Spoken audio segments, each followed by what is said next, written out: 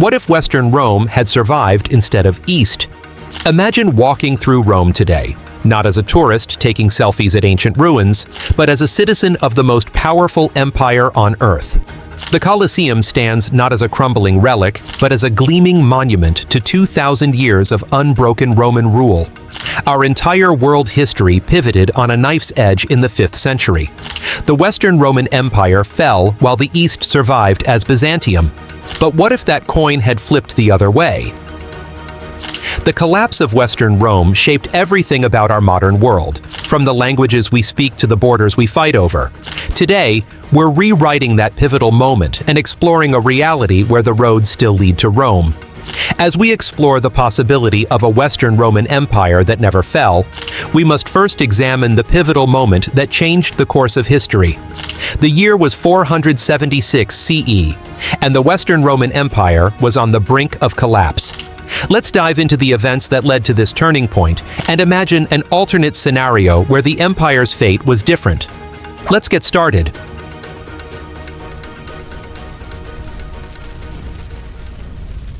The point of divergence. The dim light of oil lamps flickers across the face of Romulus Augustulus, just a boy of 16, with trembling hands clutching imperial robes too large for his thin frame. Outside his chamber, the boots of Germanic mercenaries echo through halls once filled with senators and dignitaries. Rome is falling. This wasn't just any political coup.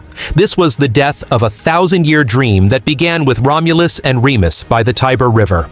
The date was September 4th, 476 CE, a day that should live in infamy. Yet most people walking the streets of Rome that evening didn't even realize their empire had just collapsed. In the East, Emperor Leo I receives the news weeks later. He turns away from the messenger, gazing out over the gleaming spires of Constantinople. His treasury overflows with 350,000 pounds of gold, enough to fund an army of 200,000 men, the most formidable fighting force in the world. The Western Empire, by contrast, could barely muster 25,000 troops, scattered across crumbling frontiers. What the history books don't tell you is how close Leo came to sending those troops west. Historians have uncovered letters showing he contemplated a rescue mission for nearly 3 months before abandoning the idea. One decision, one man's choice, sealed the fate of half a civilization. But in our new timeline, Leo looks at that same messenger and says the words that change everything. Prepare the fleet. Rome will not fall while I draw breath.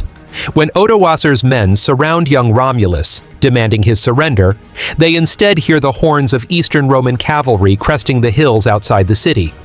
The relief that washes over the boy emperor's face mirrors the collective exhale of Western Roman citizens who, without knowing it, just witnessed history veer onto an entirely different path. This wasn't merely politics. This was the preservation of libraries containing 90% of all human knowledge, aqueducts bringing 220 million gallons of fresh water daily to Roman cities, and a legal system so sophisticated we still use its principles today.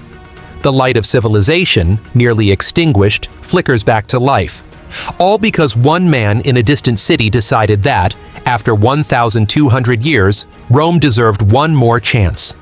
With the Eastern Roman Empire's decision to rescue the Western Empire, a chain of events was set in motion that would alter the trajectory of history.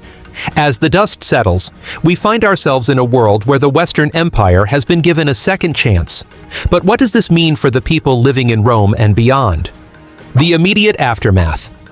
The streets of Rome buzz with a nervous energy as Eastern troops make camp in the Forum's shadow. Merchants who had packed their wares now cautiously reopen shops. Children who had been hidden away return to sunlit courtyards. Rome breathes again, wounded, weakened, but alive. Young Romulus remains on his throne, though everyone understands the real power now flows from Constantinople.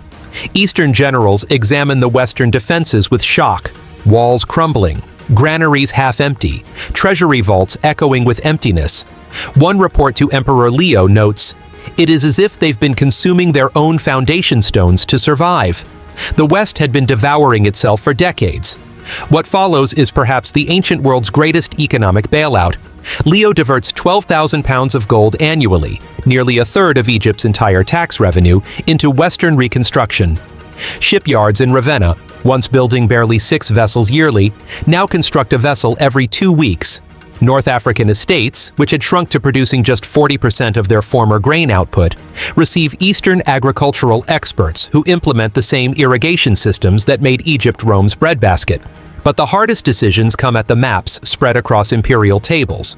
Generals point to Britain, abandoned decades earlier, to northern Gaul, overrun by Franks. The painful truth emerges in late-night strategy sessions. Not everything can be saved. A Roman centurion stands before villagers in southern Gaul, his face weathered by years of retreat. "The emperor protects those who gather beneath the eagle," he announces to fearful faces. "Come south, remain Romans. Stay, and you stand alone." Across countless villages, families tear apart as some choose ancestral lands over imperial protection. Behind this calculated abandonment lies cold, strategic genius. By 485 CE, Western forces that had been stretched like parchment across too vast a territory now concentrate into a defensive core: Italy, southern Gaul, Spain, and crucially, North Africa. The Mediterranean becomes a Roman lake once more, its shores guarded by a rejuvenated fleet of 300 warships. For ordinary citizens, these years bring both hardship and hope. Tax collectors demand double, even triple former rates. Yet those same coins build new aqueducts, repair roads, and, most visibly, pay for soldiers who actually protect rather than plunder. A graffito found on a reconstructed wall in Neapolis tells the story. "We bleed silver, but sleep without fear." The Western Empire has purchased something beyond price: time. As the Western Empire begins to rebuild, it faces a new challenge: the Great Migration of Germanic tribes. This period of upheaval will test the empire's resolve and force it to adapt in ways both surprising and profound. Let's explore how the empire navigates this treacherous landscape. Surviving the migration period. The Western Empire had gained precious time, but the earth itself seemed to tremble beneath endless waves of migration. From the Eurasian steppes, Hunnic pressure forced nearly 750,000 Germanic people westward, the greatest human tide Europe had ever witnessed. At the Alpine passes, a Roman commander named Flavius Aetius watches the distant campfires of Gothic tribes stretching to the horizon. A veteran who once lived among the Huns as a hostage, he understands something his predecessors didn't. These weren't mindless barbarians, but desperate families seeking survival. "We cannot defeat the ocean by striking it with swords," he writes to Ravenna. "We must build channels to direct its flow." The Western Empire, now guided by Eastern military doctrine, abandons the traditional Roman legion model. The heavy infantry that conquered the world now evolves into a Byzantine-style army, mobile cavalry units with compound bows, capable of fighting like the very nomads threatening them. Training grounds across southern Gaul echo with commands in both Latin and Gothic as Rome embraces a revolutionary strategy.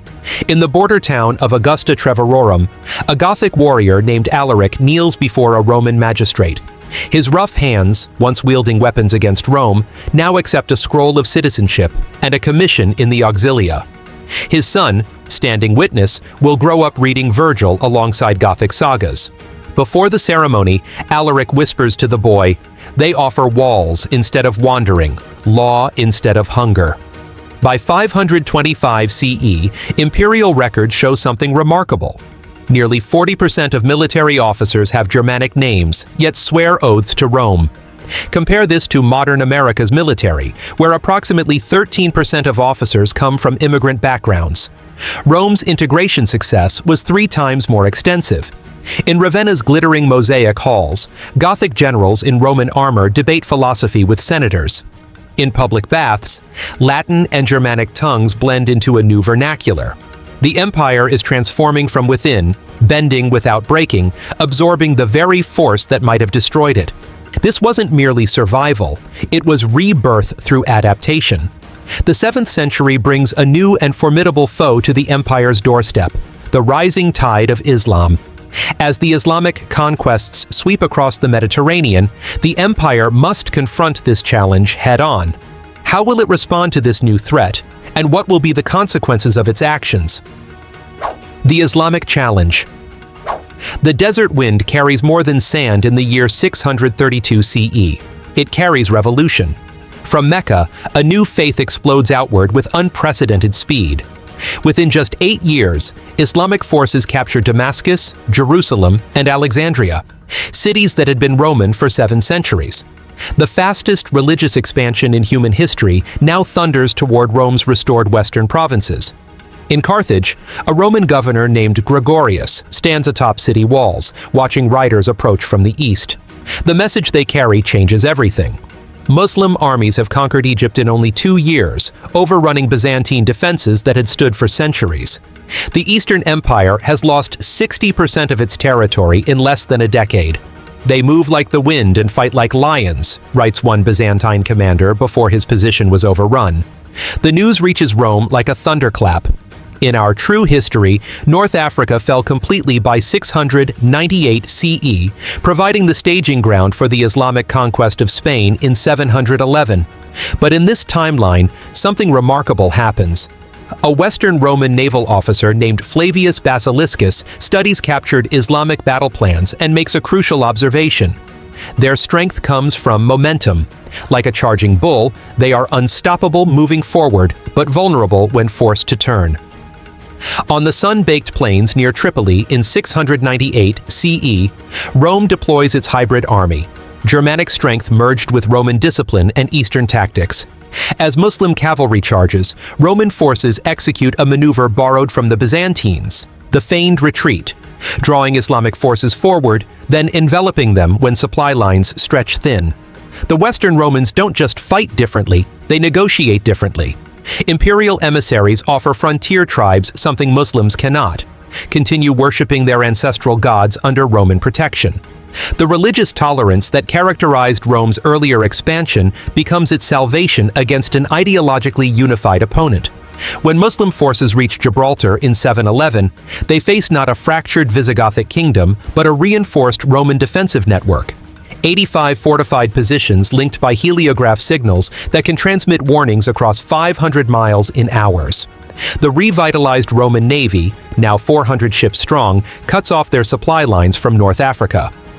The Mediterranean remains a Roman lake, not by destroying Islam, but by containing it to create a balance of civilizations that would reshape our world's destiny.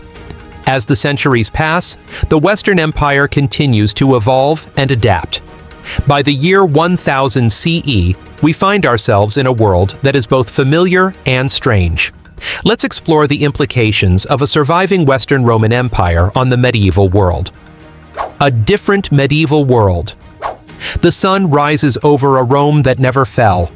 A teacher leads students through marble-columned halls that have stood for a millennium, their footsteps echoing where countless generations walked before. She points to an unbroken timeline of emperors stretching back to Augustus himself. No dark ages, no lost knowledge. "This is the power of continuity," she explains, her finger tracing the imperial lineage painted in gold. While our medieval Europe descended into feudal fragmentation after Rome's collapse, this alternate timeline shows us a Mediterranean still bound by Roman roads and Roman law. By 1000 CE, the political map bears no resemblance to our world. The names France and Germany exist only as provincial designations within an imperial system where citizenship matters more than ethnicity. The preservation of Roman infrastructure transformed daily life in ways difficult to imagine. Consider this. In our history, medieval Paris had roughly 20,000 residents drinking from wells and rivers, but in Roman-controlled Lutetia, as they still call it, 100,000 citizens enjoy fresh water from maintained aqueducts delivering 30 million gallons daily. The difference between disease and health, between survival and prosperity.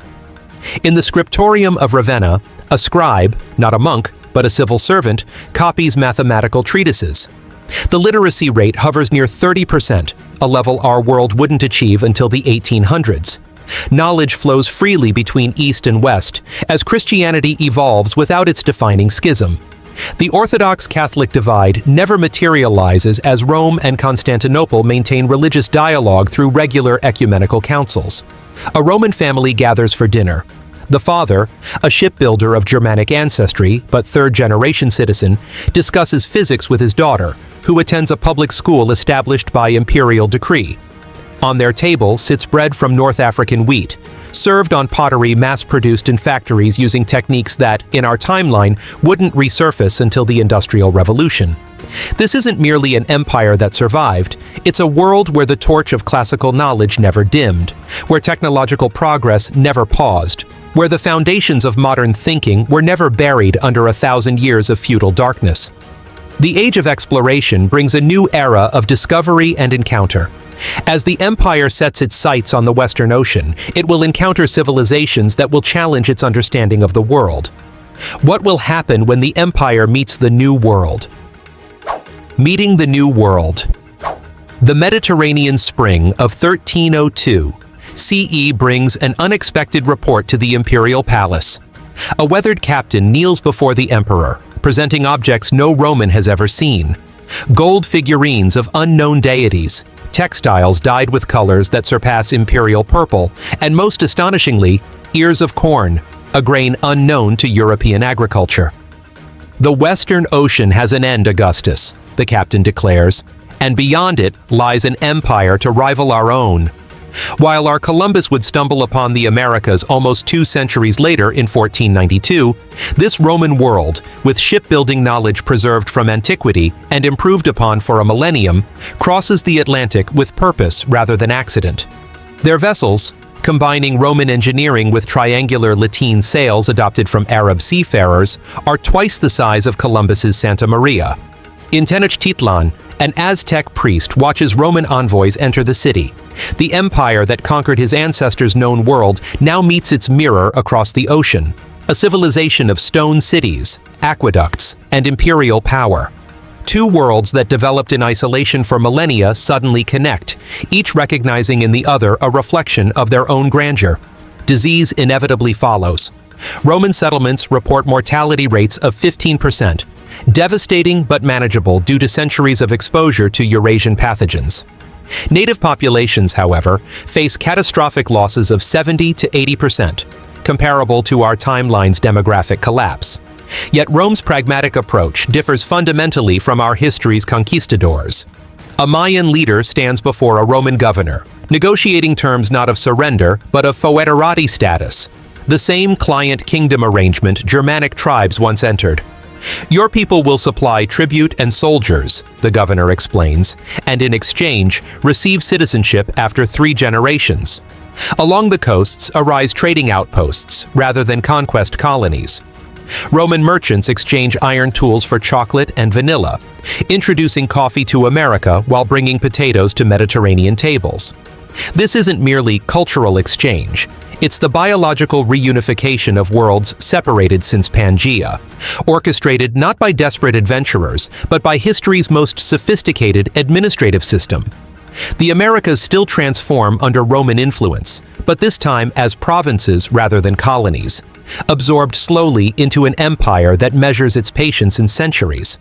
As we conclude our journey through this alternate history, we must consider the implications of a surviving Western Roman Empire. What can we learn from this thought experiment, and how might it shape our understanding of the world we live in today? Conclusion. As we stand in this alternate 2024, we glimpse a world where Latin-derived languages dominating Europe, Africa, and the Americas. No nation-states as we understand them, but rather provinces and client kingdoms within a federal imperial system. Would this Roman survival mean a better world? In some ways, yes, more technological continuity, less religious conflict, but also a world where slavery might have persisted longer, where democracy might never have re-emerged. When we look at our world today, our legal systems based on Roman law, our languages filled with Latin roots, our calendars still using Roman months, we're reminded that Rome never truly fell. It lives on in everything we do. So next time you see a Roman ruin, don't just see it as a dead relic. See it as the ghost of a different future, one where those columns might still be holding up the roof of the greatest empire the world has ever known. If you enjoyed this journey through alternative history, make sure to subscribe for more explorations of the paths not taken.